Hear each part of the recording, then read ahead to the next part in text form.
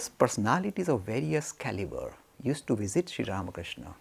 Many, look, I tell you, from what I know, you get many different kind of personalities in the Hindu tradition.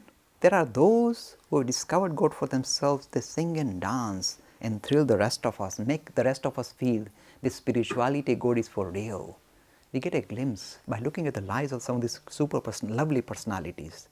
Marvelous they are. There are others who are equally enlightened, but who can perhaps look after their own welfare and their own salvation, if you like, their own pathway. But once in a while you find a personality who is able to dish out spirituality left, right and center, who can give salvation to others, who can carry others, lift them up. This Ramakrishna belongs to that category. He is not a mere bhakta of Kali, and we'll look at his life and we get a thrill. If you are sincere about spirituality and if you approach a personality of this caliber, you can't go wrong. He doesn't only have the power of seeing God or spirituality, experiencing it for himself. He has the power to pass it on to anybody who desires, who seriously desires spirituality. He will dish it out. In fact, some people say, this is standard stuff, let me tidy up.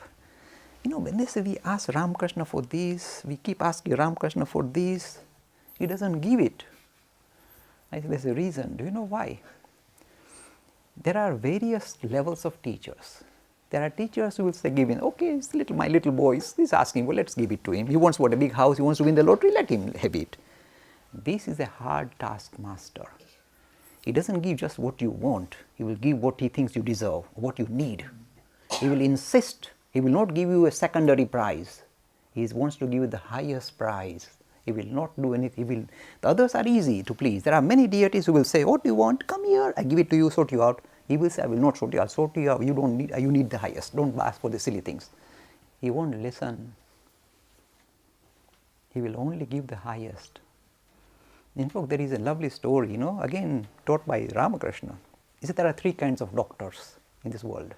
Now Dr. Kaka will say, yes, I think I must listen to this, it's important.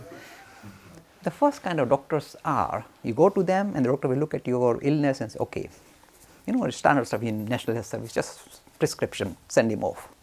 They'll give you a prescription, send you off. And that's the end of the story until you come back again and say, still not sorted, another prescription, send him off. Standard stuff, standard doctors. Ramkrishna, these are the doctors of the lowest caliber. The doctors which are of higher caliber will not only give you prescription, they'll check up what happened. Did you make any difference? Did you improve? They will be concerned about your health and will phone you or find out from you whether the prescription worked. These are the second category of doctors. But Ramkrishna, these are still not really that good. There's a third category, the highest category of doctors. They will say, I give you prescription, did you take it? And you say, no, I didn't take it, I didn't like it, didn't agree with me. They'll come to your house, throw you on the floor, sit on your chest, open your mouth and stick it in. These are very tough doctors. They will make sure you get better. They won't let you off. We wish to find a doctor, a personality in spirituality who will be equally insistent in making sure we are cured. They will not fob you off superficially by giving you little presents and fob you off. They will make sure you hit the high and nothing less. You don't get away with anything less. These are the spiritual giants. This is what this guy is all about. Very hard taskmaster. He won't give you trivial things. But if you ask for the highest, you can't find a higher being to ask for the highest than this personality. He's that dramatic, that dynamic. Anybody or everybody who has ever actually really truly desired God will somehow or other discover this personality and hopefully achieve their target, reach their target. Let me continue with the story of Sri Ramakrishna. So various people come, pass through Dakshineshwar, interact with Ramakrishna, and the story continues. This personality has not just come for his own salvation. He has come for the first time. You see, the unique feature about this personality is he has come to reconcile the various strands of spirituality that were not properly reconciled. They were loose and sitting scattered. This personality came to tie them up. You see, it is like finding a thread, a sutra in which you can then put beads of different colors and turn it into a great lovely little necklace. You required a sutra, one individual who could link up all the various aspects of spirituality in one life and reconcile and turn this into a marvelous necklace, a colorful, comprehensive necklace which allows us to relate to the idea of spirituality in the most widest possible sense. And this is what it was all about. The story continues. People not only see that as soon as this started, his spiritual experience came to maturity, various different strands of different sectarian movements of Hinduism started to appear on the scene. First we see, if you like, the introduction to this ancient idea of Hindus called Tantra. Now the Tantric tradition has required a very bad reputation. It is considered something illicit, something kind of obnoxious. Vamachar is called.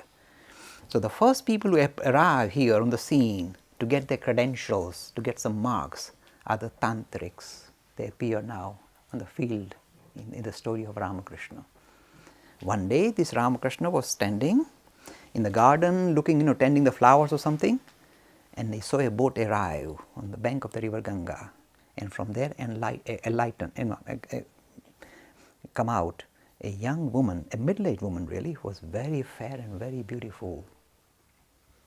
And this woman stepped on the shores. And this Ramkrishna quickly went into his room and told his Bhaniya, "Come here, Radai. Go and call that woman. Tell her that your mama wants to see her." So this man never sees a woman, and he wants to see a woman, a beautiful woman. Mama, I don't know what he's up to now. So let me check. So I went to that woman called Brahmani and said, "My mama, who spends his time worshipping the mother goddess, has requested that you visit him." Brahmani said, "Yes, I was looking for him all the time. Where is he?" The brother said, "Even he seems to know him." Fair enough. He brought her to the room. The moment this Brahmani came, look, let me tell you who this Brahmani is. Little bit of background. I told you different characters will appear in the story of Ram. They are all individual. They are highly different, unusual, and they are all woven into the story in a most colorful manner. This Brahmani is an expert tantric in her time. She was very well known. She had mastered the tantric siddhis. She was siddh. And this lady, you see, this ancient idea of tantra somehow has been, as I said, misunderstood and misrepresented. It was a very positive way of becoming spiritually enlightened. It talks about this idea that spirituality can be experienced through Kundalini Yoga. Very ancient practice. Somehow it has never sat well with the Vedantic practice, which is more philosophically oriented. And here we see the reconciliation of the Tantra with the Vedanta through the arrival of this individual called Brahmani. And Ramkrishna called her and she immediately responded. She said, "I was looking for you.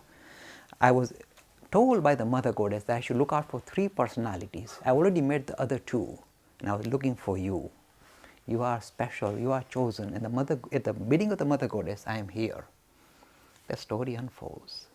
Now this Ramakrishna, already established in realization of the Mother of the Universe, as spirituality as a personality, super personality is the Mother Goddess, says, "Oh, you've been sent here by the Mother Goddess? What do you want me to do?" He says, "Now there are 64 practices of Tantra that I want you to practice and achieve all the siddhis." What are these siddhis and what's it all about? You see, all of us have possessed tremendous powers of mind, tremendous power, but they lay latent in us. This is an ancient science the Hindus have discovered for a long time. It has laid not been fully invoked in society. It is laid hidden in society. And she said, "I come with powers to make you, if you like, achieve these tremendous siddhis, make you a true yogi and develop tremendous powers." Ramakrishna says, "If Mother Goddess said, let's go for it." This is how we did. This is the story. So now, within a few days, this Brahmani puts Ramakrishna he undergoes all these various difficult tantric practices. Within a few days, literally, he covers them instantly without any difficulty. He's a master already, he has no difficulty. And in his life, they become reconciled. But now let me show you the power of this Ramakrishna.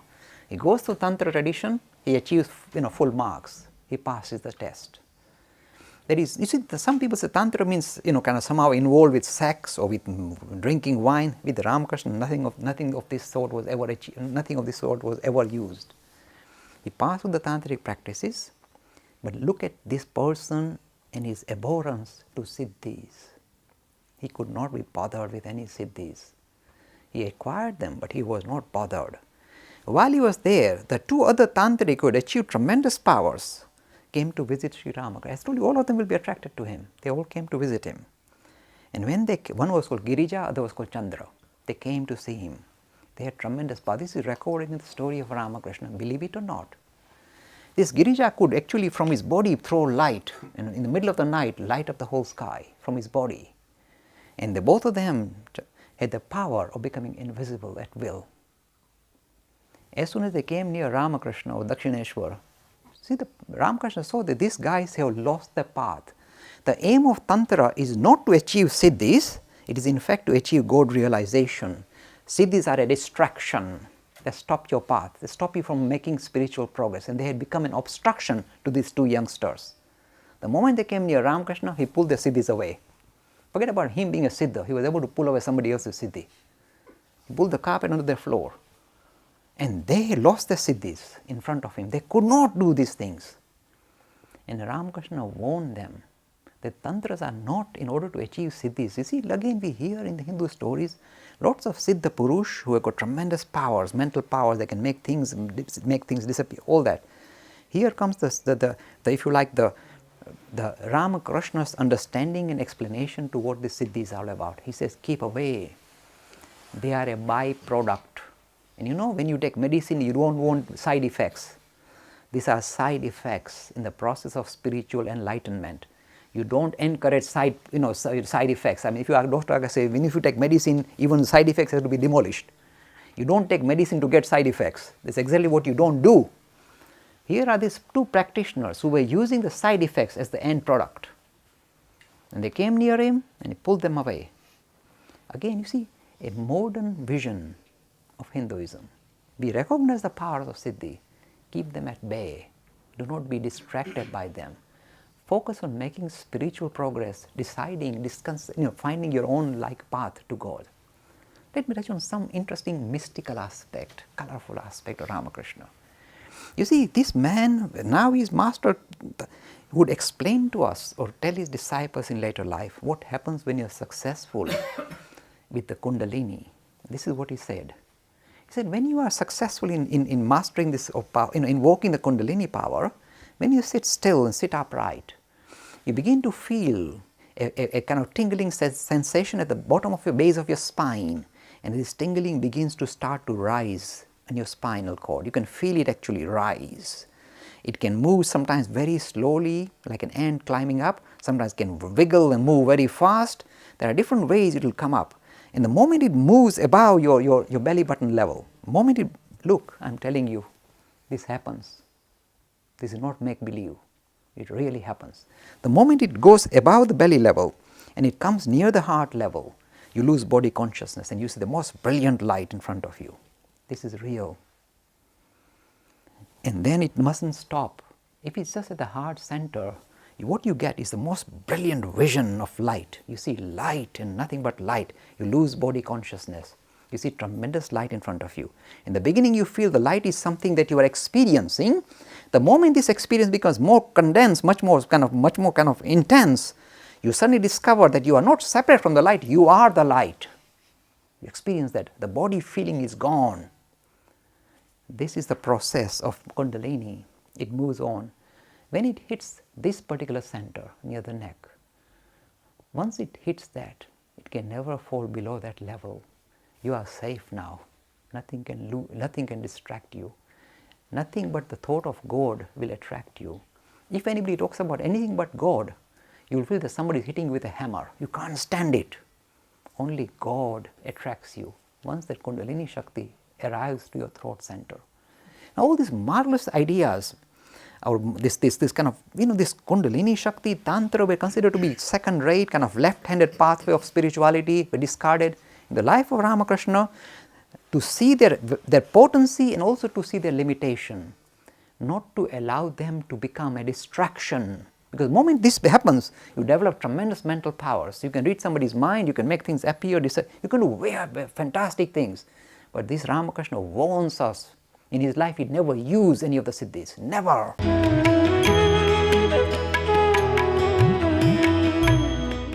What we are looking at is the life of a modern proponent of Hinduism. You see, the Hindus are fixated on the idea that somebody who is spiritually enlightened must have lived in some golden age, thousands of years ago. It's Ram and it's Krishna. There's nothing wrong with that.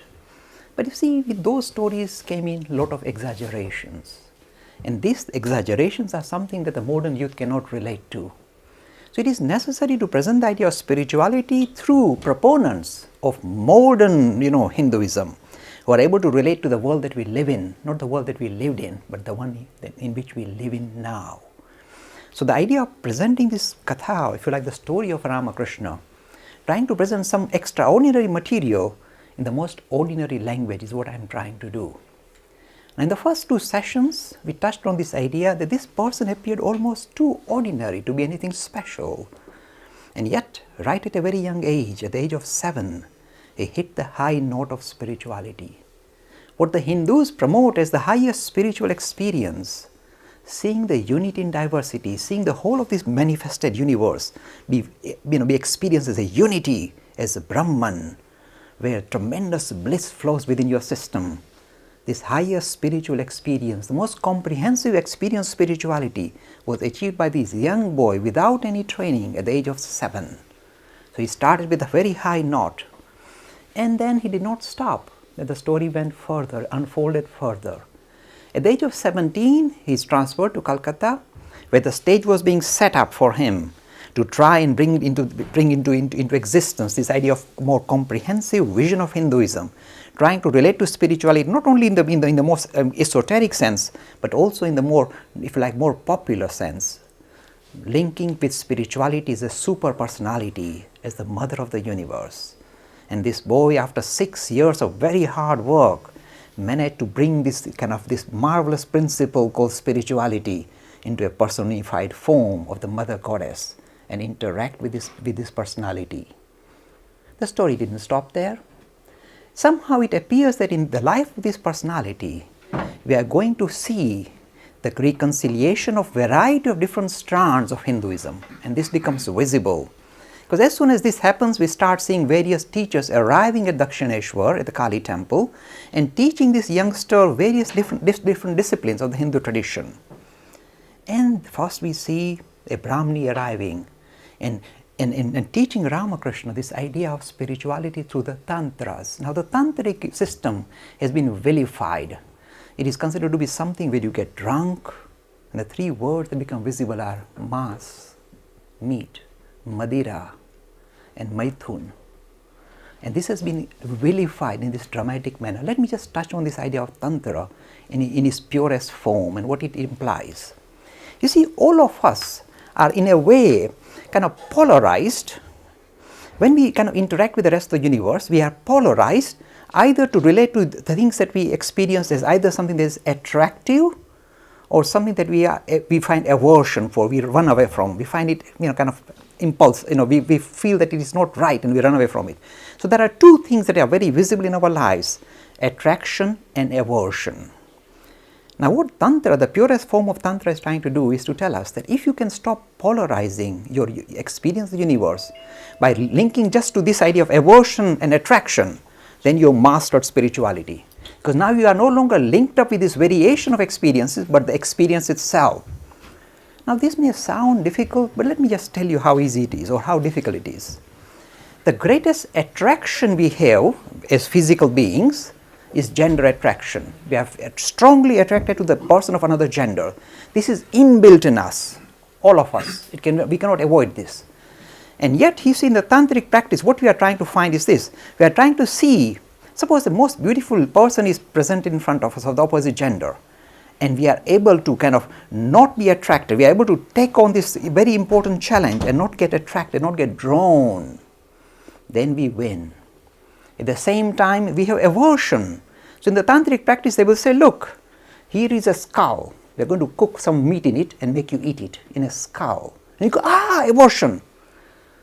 This is why it appears very weird. The idea is to take away the polarization that we have regarding the idea of attraction and aversion and rise above both of them. This is the pure idea of Tantra. And in the case of Ramakrishna, as I said, within a few days he mastered all the tantric practices. And what happens is this: the moment you are successful, you acquire tremendous power, because once you are able to stand up to this major forces that attract all the human beings, attraction and aversion, when you are able to rise above it, you discover tremendous powers within yourself. They become manifested as the Ashtasiddhis, the 8 types of supernatural powers. And these were very visible in the life of Ramakrishna. And yet we see him giving us a health warning, saying, keep away. The aim of Tantra is not to acquire these siddhis, but to rise above all this such attraction and to discover God. That is the whole idea. So you must move away from the tantric idea, the idea of siddhis. This is very visible. The story is very interesting. At later stage, his chief disciple, Swami Vivekananda, visited Ramakrishna when Ramakrishna was about to pass away, give up his body. And Ramakrishna said, come here, my boy. I have acquired all these 8 siddhis, Ashtasiddhis. You are going to do great things in this life, and you're going to work so well for me. I would like to give them to you as a gift. It will help you with your work. Like the teacher, the disciple is equal to the task. He said, keep them, Master. I am not interested in the siddhis. My aim is God realization, and nothing else will ever attract me. You see, just as the master is so kind of careful, the disciple is equal to the task. He too rejected the siddhis. It's an interesting thing for us to, you see, when we study the story of Ramakrishna, we come across various interactions with various personalities, various ideas, various themes that are visible in Hindu tradition, but have not properly been understood. So as I said, the pure idea of Tantra is basically to stop polarizing our interaction with the rest of creation through aversion and attraction and rise above it. That is a pure idea. And yet it becomes degenerate, and it's necessary to purify it. And the fruits that you gain from Tantra is something, again, you need to move away from and not be attracted to. And again, this is visible in the story of Ramakrishna as well as his chief disciple, Swami Vivekananda. Let me tell you something else, why this Sri Ramakrishna is so attractive. In the story of Ramakrishna, the reason why, for example, I am attracted to Ramakrishna is because here I find somebody who is talking about religion, about spirituality from first-hand experience. Book learning doesn't bother him. He's not interested in book learning. He's not interested in intellectual kind of gymnastics. He's beyond that. He's interested in the first-hand, pratyaksh. It must be visible. Spirituality must become visible. Must be something to experience here and now. This is what attracts me to Sri Ramakrishna. Spirituality that can be experienced. We want that. We want that thrill.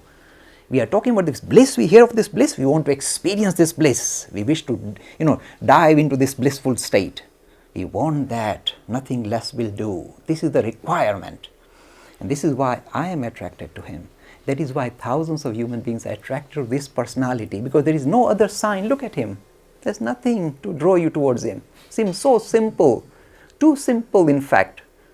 There are no external signs. He doesn't grow horns or anything like that.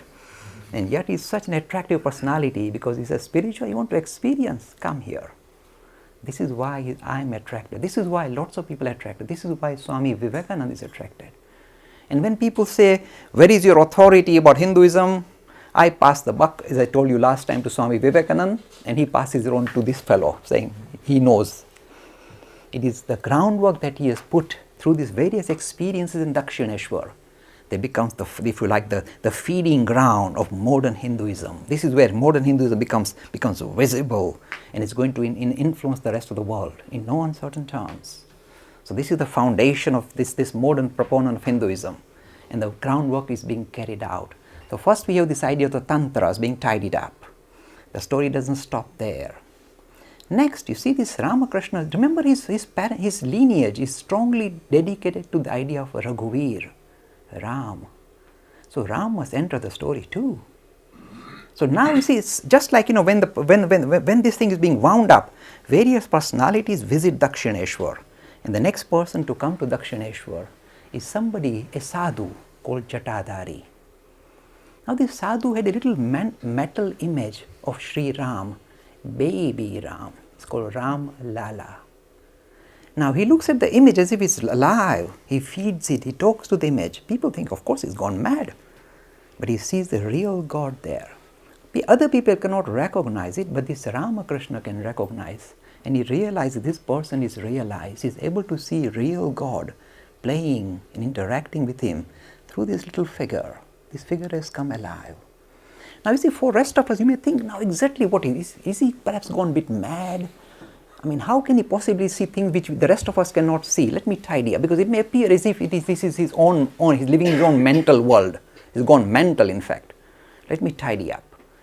When, for example, God becomes visible to you in front of you in real life, we are successful. Do you know what it's like? The intensity with which you experience this God is far superior than the intensity with which you experience the rest of human beings. They appear like cutouts. So you can imagine the cutouts can never see this real living thing. They are cutouts. So other people say, well, what is he talking about? Well, they're just like little shadows. They chatter. What is he on about? And yet the person and that ideal, that deity becomes alive. They interact in the most personal manner. And the reason why it becomes possible is because this person and that person are closely linked. They are both spiritual beings and they are visible to each other because they are both spiritual beings and not material beings. So the rest of the material kingdom doesn't bother them. But that experience is not some fuzzy experience, not some make-believe experience. It is a dramatic, very real experience. God is more visible than the rest of humanity. That is how it is, how dramatic it is. So here is the Jatadhari playing with Ram. Nobody else recognizes what is happening. And at the end of his stay at Dakshineshwar, he told Ramakrishna, you are the right person to look after this Ram Lala. I am going to leave him to you. And I have done my life's work and I will go away now. And since that time, look at the story unfolding. This little baby, this baby Ram comes alive in the story of Ramakrishna. Look, I am trying to tell you an extraordinary story in the most ordinary language I possess. And yet I cannot compromise it. Now this is what Ramakrishna says. He says, sometimes I would take this baby Ram to take a bath in the river Ganga. He would splash water, he would be very naughty, and I would scold him saying, stop it, you can't do that. It's time, you had enough. No, I want to stay in the water. No, enough now, come out. You can't stay too long. And he would cry, and I would drag him away and tell him off, and he would sulk. Can you imagine this kind of interaction in this day and age with a living God in our times? Real, very real, my friends. There is nothing make-believe here. Comes alive.